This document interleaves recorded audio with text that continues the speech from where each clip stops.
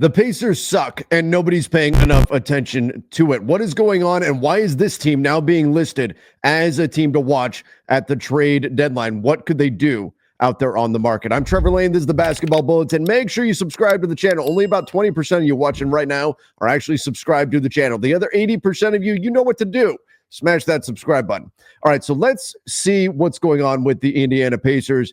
And oh boy, it's a mess. And I'll tell you exactly what has happened. This is what has happened. Why nobody's paying attention to the Pacers. They're the 9 seed in the East, 10-15. They're 5 games below 500. Yikes. This is the Eastern Conference finalists from last year. Maybe lucky to get there. A little fortunate. Had some injury issues in the East playoffs last year. That's putting it lightly. Had major injury issues in the East playoffs last year. But the Pacers still made it all the way to the East finals. Now they're sitting in the 9 seed in the play-in. Brutal. And it's not just that. They're losing the teams they simply should be beating. I'll get to that in a moment. But what's happened in the East is very simple. The 76ers have been terrible to start the season. Rough start to them. The Milwaukee Bucks, really bad start. Their schedule's been, pillow soft over the last, month or so, and that has put them back on track. To be fair, they're also playing better basketball. That's certainly part of it too. But Milwaukee Bucks, their terrible start to the season. The 76ers, their terrible start to the season. That has largely shielded the Pacers from criticism because people aren't paying attention. They're paying attention to the Bucks. They're paying attention to the 76ers, and the Pacers are flying under the radar. Well, guess what? They're having a terrible season too. And look at what's going on now in Indiana. Evan Sidery saying the Pacers suffered one of the worst losses of any team at home to the Hornets, who were missing 7 rotation players. Yes, that's right. To an extremely injured Hornets side, the Pacers found a way to lose that game. Indiana is 6-11 over the last month, and they have one of the toughest schedules over the next month. Keep an eye on Indiana heading into the trade season. All right, so I want to get into the trade stuff with Indiana. What can they do, and what are the issues that are facing this team? We're going to get to that right after this.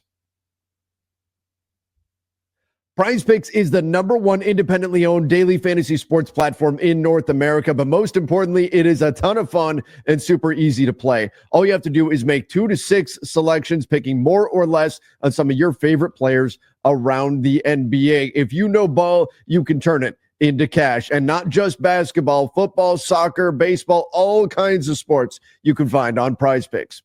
It's a great way to test your skills. You can turn $10 into $1,000 with just a few taps, and they offer weekly promotions that can lead to big payouts like Taco Tuesday, my favorite. Each Tuesday, PrizePicks discounts select player projections up to 25% to provide even more value.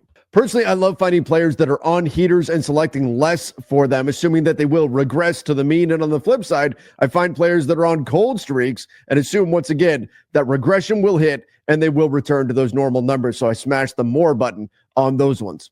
We always appreciate it when you support the companies that help support us. So you head over to prizepicks.com. You can use the link in the description down below and then use the code Bulletin and you'll get a guaranteed $50 when you play $5. That's right, a guaranteed $50 when you play $5 for using our code Bulletin and the link in the description down below. Head over to prizepicks.com. Daily fantasy sports made easy.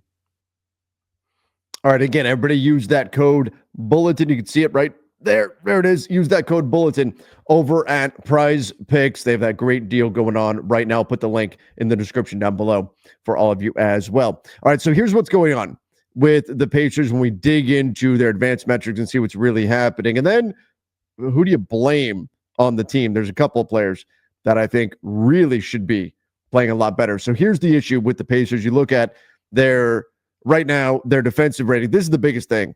They can't stop anybody. This team is not stopping anybody right now. 24th in the NBA in defensive rating. They're one of the worst teams in the league when it comes to opponents' field goal percentage. They're just not doing nearly enough to protect the basket. They've got Miles Turner's getting pulled away from the rim quite a bit. Pascal Siakam's not doing enough there either, and he's putting up fine individual stats, Siakam is, but they are just getting scored on way too often. Then you look at this offense, their offensive rating, yikes, 19th in the NBA in offensive rating. You look at what made this team good last year. A lot of it was happening all over the court for the Indiana Pacers. Look at this. 2nd in the NBA in offensive rating last year. Their offense is absolutely cratered, and that's created all kinds of problems. Why is it so bad? Why is it cratering like this? Well, I do think part of it is squarely on the shoulders of Tyrese Haliburton, who was just having a terrible start to the season, particularly shooting the ball. This is a guy who, at his best, was at one point a 40% three-point shooter. 40%. And you look at what he's doing now this season, it's actually a net negative relative to league average, 33.6% from behind the arc right now for Tyrese Haliburton. That's terrible. 17.5 points. It's almost a 3-point drop from last year in points. And look at his assists. Those are down too, despite the fact that his minutes are actually up. Think about that. He's playing 3 more minutes per game, actually a little bit more than that than he was last season, and yet his assists are down by 2.5. The assists are down despite the fact that the minutes are up. Rebounding, also down. This is your 1A guy. That's what Haliburton is supposed to be for this team, and it's been a rough start to the season. I think as Haliburton goes, so goes the Pacers. And right now, Haliburton is not performing at a superstar level. Some of it is just as simple as that. Now, there is a bit more nuance to this, particularly one of the things that I absolutely hate about the Pacers right now that just stands out to me like a sore thumb because I like this player a lot, and that's Miles Turner. But my God, man, hang on to the basketball. Miles Turner leads the Pacers in turnovers per game. I guess the last name isn't Turner for nothing. 2.6 turnovers per game. Look at that. The worst he's averaged in his career is 1.7, and he's at 2.6 turnovers per game right now for the Indiana Pacers. He has one of the worst turnover percentages of any center in the NBA. In fact, let's check out Cleaning the Glass. Does a great job comparing players to their position among their peers. The points per shot attempt, those are down for Miles Turner. He's only in the 53rd percentile compared to other centers or other bigs is how Cleaning the Glass rates them out. 16th percentile in turnover percentage. You can't have your center, your relatively low usage center, for a guy who's getting paid what he is to be in the 76th percentile at the center position. He was the 85th percentile last year. His usage has gone down, but look at what's happened with his turnovers. You would have to think regression will hit there and it will get better. But good Lord, your center is leading the team in turnovers per game. That is a massive, massive problem for this Pacers side. And in general, have injuries hit them? Yes, but guess what? If you've been watching the NBA at all this season, you know injuries have hit everybody. Everybody's been crushed by injuries this year. They've lost Andrew Nembhard for a period. They had knee issue. He's back. They lost Aaron Nesmith due to an ankle issue. And I think this Pacers roster overall is lacking some of the grit, some of the physicality that you need on the wing. Pascal Siakam, I think, isn't giving you enough. And they could also use a backup big. It's why they brought in Moses Brown for a bit.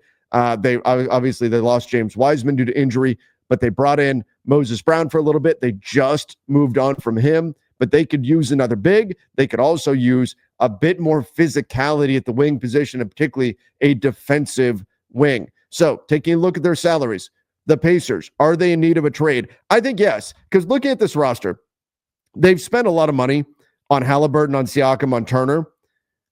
I don't think they're going to move on from those guys.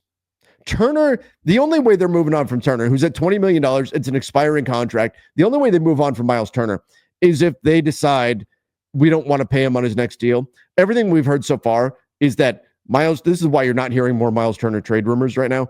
Miles Turner, the Pacers, they want to continue this. He wants to be a Pacer. They want him to stay. It's just a matter of signing a new deal over the summer. But if Turner's contract demands what he's looking for in a deal, maybe demand is too strong of a word, but if the kind of contract Turner wants suddenly becomes something that the Pacers aren't willing to give him, they don't see eye to eye there, then they would have to explore the trade market with Miles Turner. There'd be no getting around it. As an expiring contract, they would have to explore the trade market ahead of February 6th. But again, no indication that that's the case right now. So if you are the Pacers, let's assume you just committed to Siakam. You're not going to go move on from him immediately, although I think you could make the argument they could be better if they added more of a physical player at the 4, but they're not going to do that. So Haliburton, Siakam, Turner, you're not moving those guys. Nesmith and Nembhard, them not being available has been an issue for them. But I think once they get them back, they'll be much better. In fact, the advanced metrics show that when they've got those guys playing, especially, it makes a big, big difference in terms of their overall net rating. But I do think this team could use some defense. So could they be a team that's potentially in on, let's say, a Dorian Finney-Smith? Could you do something there? Could they be in on maybe Marcus Smart with the Memphis Grizzlies? I'll tell you what, I think Jarris Walker is going to have some value around the NBA, still a very young player, but the type of player that the Pacers, while they like him, maybe that's an asset that you could part ways with in order to go get somebody to help this team get to where they are. Fortunately, they're in the East where you've got a lot of upward mobility still. Their season is not sunk, but I do think this team needs more grit.